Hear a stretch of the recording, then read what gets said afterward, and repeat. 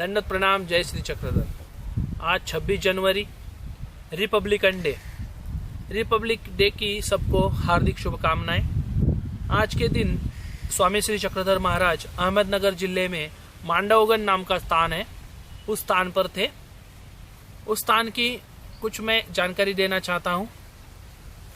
जब हम अभी असन्निधान धर्म में हैं, उस समय हम अलग अलग पदार्थों का सेवन करते हैं, अलग अलग चीजें करते हैं। उन चीजों को करते वक्त और उन पदार्थों का सेवन करते वक्त हमें ईश्वर का चिंतन अपने आप याद आना चाहिए।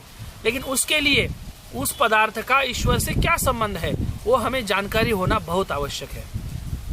आज का जो लीला है, आज का जो ये तीर्थ स्थान हम याद कर रहे हैं, उस स्थान की लीला कुछ इस प्रकार की है। भगवान जी को मांडवगन के स्थान पर सिद्धनाथ का जो मंदिर था, मतलब महादेव का जो मंदिर था, वहां पर भगवान जी रुके हुए थे। भगवान जी का दोपहर का पूजा शुरू हुआ, भगवान जी ने खाना वगैरह खाया। खाना होने के बाद भगवान जी आराम कर रहे थे। तो बाकी जो भक्त लोग थे वो बाजू में इमली का पेड़ था, तो वहां पर जाके इमलियां तोड़ रहे थे। इमलियां तोड़ते हुए वो खा भी रहे थे। फिर भगवान जी की नींद खुली, भगवान जी उठ गए। सब आए, भगवान जी को दंडोत किया। भगवान जी देखने के बाद उनको बोलते हैं कि आप इमली खा रहे हो, वो इमली आप कच्ची मत खाओ, मतलब सीधा तोड़ के आप इमली खाओ मत। उससे क्या होगा, आपका मुंह खट्टा हो जाएगा और दांत भी खट्टे हो जाएंगे, जो प्रकृति के लिए अच्छी बात नहीं है। आप क्या करो, ये इमली को आप गर्म करके खाओ, मतलब चूल्हा जलाओ और गर्म करो उसको और फिर खाओ उसको, ताकि उसका जो खट्टापन है वो कम हो जाए। ऐसी भगवान जी ने उस स्थान पर लीला करी हुई है। फिर भगवान जी, वो सब भक्त लोग चूल्हा जलाते हैं और उस पर वो इमलियां खट्टी गर्म करते हैं। गर्म करने के बाद वो खा लेते हैं।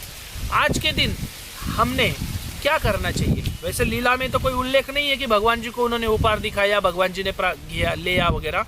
लेकिन आज के दिन अगर हो सके तो हमने भगवान जी को इमली समर्पित करना है। इमली हमारे डेली नीड्स में ये चीज आती है कि खट्टा हर व्यक्ति को पसंद है, हर व्यक्ति खाता है।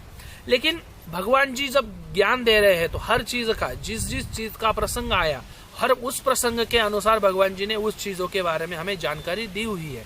हमने भी उस जानकारी को समेटकर उस जानकारी का उपयोग हमारे डेली नीड्स में करना है। जैसे आज से हमने इमली कभी भी कच्ची खानी नहीं है, उसको गर्म करके खाना है, क्योंकि वो भगवान जी ने हमें बोला हुआ है कि वैसा खाओगे तो आपको तकलीफ नहीं होगी, वरना खट्टा खाने से अक्सर तकलीफ होती है।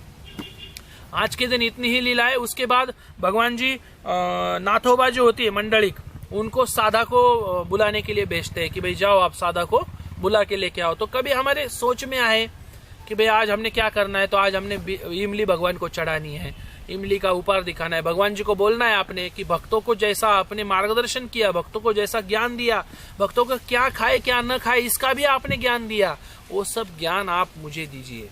और ये ज्ञान मिलने के लिए आज हमारे लिए भगवान जी उपस्थित नहीं है, लेकिन आज हमारा सन्निधान क्या है, तो वचन रूप गोविंद है हमारे लिए। जो 1238 भगवान जी ने सूत्र बोले हुए हैं, उस सूत्रों के अनुसार, उस सूत्रों को अपने अंदर उतार कर हमें अपना जीवन व्यतीत करना है।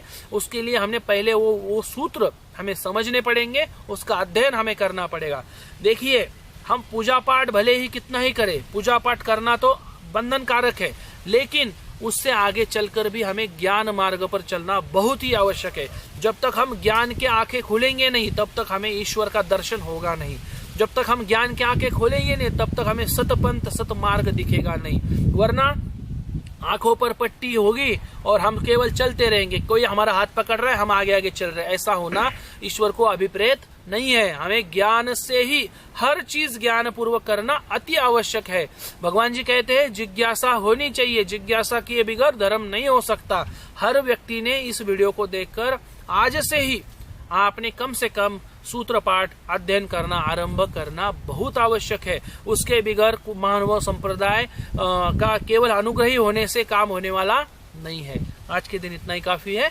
दंडवत प्रणाम। जय श्री चक्रधर।